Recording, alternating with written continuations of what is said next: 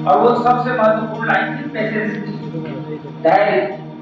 और उस पर मैंने आपको एक कहानी भी बताया कि बाजीराव की माँ बाजीराव को बगीचे में पत्ते बीनने के लिए भेजती।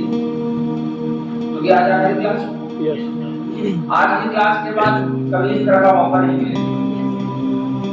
तो मैं आपको बता देता हूँ कि बाजीराव से बड़ा योद्धा कोई नहीं हुआ, अजय राम अमर है। और बाजीराव ऐसे योद्धा थे उनसे कोई जीता नहीं। बाजीराव अपनी माँ से कहते थे, कहानी को मैं दोहरा देता हूँ कि माँ मुझे दुनिया का सबसे बड़ा योद्धा बनना है। तो उनकी माँ ने कहा, बेटा ताकत इकट्ठा करो, अगर हम इसको यूपीएससी से जोड़ेंगे तो मतलब सिलेबस को तैयार करो। और जब ताकत इकट्ठा हो गई तो उसने अपनी माँ से पूछा कि माँ अब मुझे सेकंड स्टेप क्या करना चाहिए, अगर दो लोगों की ताकत बराबर होगी तो कौन जीतेगा। तो माँ ने कहा, बेटा जो फुर्तीला होगा, क्विक होगा। तो बाजीराव ने फिर अपने आप को फिट करने की तैयारी की, फुर्तीला करने की तैयारी। अब यहाँ पर भी यूपीएससी के संदर्भ में ये है कि जब हमारा सिलेबस तैयार होगा, हमारे अंदर ताकत आ गई तो फिर फुर्ती आनी चाहिए। फुर्ती किस बात की, किसी भी प्रश्न को देखकर तुरंत आंसर निकालने की कैपेसिटी, किसी भी बात को एक्सपेक्ट करने की तेजी से कैपेसिटी, ये होता है फिर होना, इसकी भी बड़ी जरूरत है। फिर उसने अपनी माँ से पूछा कि अगर दो लोग दोनों की ताकत और फुर्ती बराबर हो तो माँ कौन जीतेगा। तो उसने कहा, बेटा जिसके पास बुद्धि ज्यादा होगी वो जीत जाएगा। जिसको मैं आपको क्लास में बताता हूँ प्रेजेंस ऑफ माइंड। कारण क्या है कि हो सकता है आपका सिलेबस बहुत अच्छा तैयार हो गया, हो सकता है आप फुर्तीले भी बहुत हो गए, तेजी से आप किसी प्रश्न का उत्तर दे सकते हैं। लेकिन ऐसा भी हो सकता है कि यूपीएससी राइट टाइम में प्रश्न का पैटर्न ही चेंज कर सकते हैं। तो जो बुद्धिमान होगा उस क्षेत्र से बाहर हो जाएगा। तो जीवन में और बहुत सी बातें सिलेबस में पढ़ाई है, बताई है मैंने, आपको कुछ याद रह जाना है। इस 3 मंत्र को जिंदगी भर याद रखना, कभी माफ नहीं, ताकत, फुर्ती और बुद्धि। फिर अब सवाल ये हुआ, ताकत तो उसने गेन कर लिया, सिलेबस पढ़ लिया, फुर्ती भी गेन कर ली, सिलेबस को इतना तेजी से बार-बार रिवाइज किया, फुर्ती भी आ गई। अब जो सबसे इंपॉर्टेंट था वो था बुद्धि। बुद्धि का विकास सामान्य तरीके से नहीं होता। बुद्धि के विकास के लिए अपने चरण है, जो उसका सबसे पहला चरण है वो है पेशेंस यानी धैर्य। उसकी माँ ने बताया, बेटा इसके कई चरण है, पहला चरण है धैर्य। तो मैं चाहता हूँ दुनिया में मेरे से ज्यादा धैर्य मिला। उन्होंने कहा ठीक है।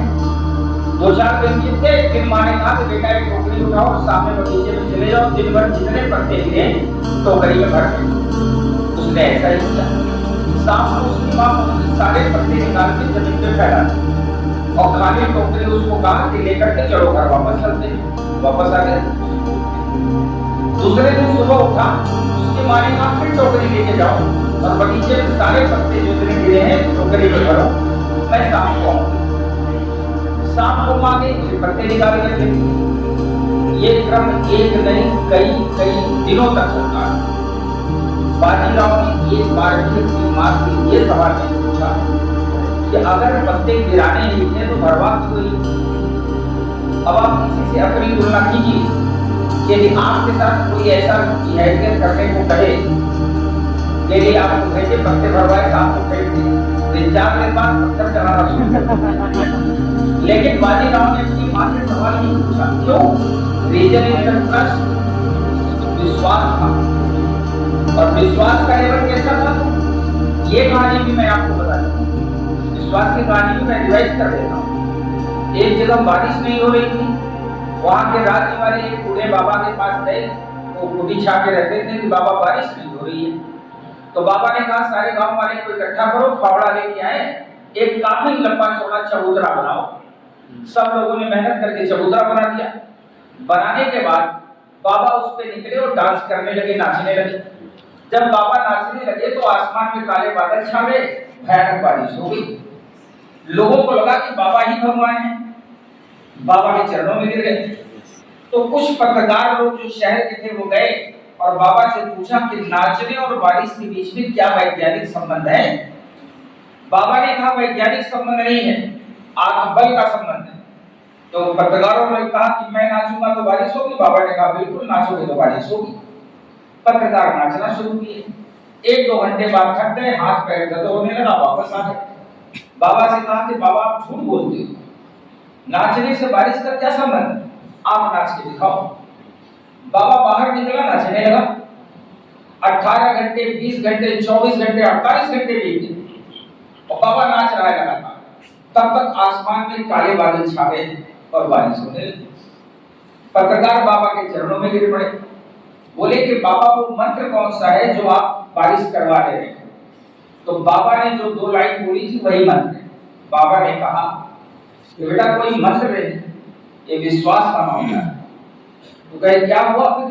कहा उसने कहा कि मुझे ये विश्वास है कि मैं नाचूंगा तो बारिश होगी। इन्हें के शब्दों को आप महसूस करो। पहली बात तो लोगों को ट्रस्ट ही नहीं होता कि मैं करूंगा तो ऐसा होगा। तो बाबा ने कहा मुझे विश्वास है कि मैं नाचूंगा तो बारिश होगी। और दूसरी बात जो ज्यादा महत्वपूर्ण थी, तब तक नाचूंगा जब तक बारिश हो नहीं जाती। तो जिस व्यक्ति के दिमाग में ये 2 बातें होंगी कि मैं करूंगा तो ऐसा ही होगा और तब तक करूंगा जब तक ऐसा हो नहीं जाता, तो जाहिर सी बात है परिस्थितियां उसके अनुकूल हो जाएगी। तो बाजीराव को अपनी मां पे ट्रस्ट, विश्वास, इसीलिए कहा जाता है कि जहां विश्वास होगा ट्रस्ट होगा। और ट्रस्ट इतनी जल्दी बनता नहीं। रीजन क्या है कि सामान्य मनुष्य अपने जीवन में धोखे खा के ही आगे बढ़ता है। Yes sir. तो जब भी उसको ऐसा अपॉर्चुनिटी कभी मिलती है कि हाँ ट्रस्ट का इशू है, तो ट्रस्ट जल्दी कर नहीं पाता। लेकिन इसके लिए भी आंखें होनी चाहिए ट्रस्ट के लिए। ट्रस्ट के लिए ऊपर वाले ने आपको दिमाग दे रखा है तर्क करने के लिए। कभी आपको लगे कि ये ट्रस्टफुल है या नहीं, उसका सिंपल सा तरीका है। अब आप एजम्पशन पढ़ चुके हो, आप बुद्धिमान भी हो, सामने वाले का व्यवहार और आचरण और तरीका, सोचने का तरीका ये बताता है कि व्यक्ति ट्रस्टफुल है या नहीं, पहली बात। दूसरी बात, आप एजम्पशन जान चुके हो, एजम्पशन से आप अंदाजा लगा सकते हो ट्रस्ट इशू होगा या नहीं होगा। और यदि ट्रस्ट होगा किसी भी काम में, आपको जिस दिन अपने आप पे ट्रस्ट हो गया कि मैं ऐसा कर सकता हूं, उस दिन आप ऐसा कर लें।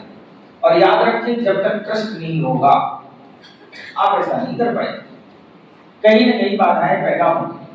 तो उसकी मां ने, बाजीराव की मां ने बाजीराव के अंदर जो पैसेंस पैदा किया, उस पैसेंस के बल पर बाजीराव ने कई युद्ध जीते थे। क्योंकि कई बार क्या होता है कि जब सामने से आक्रमण होता है तो व्यक्ति का धैर्य जवाब दे जाता है।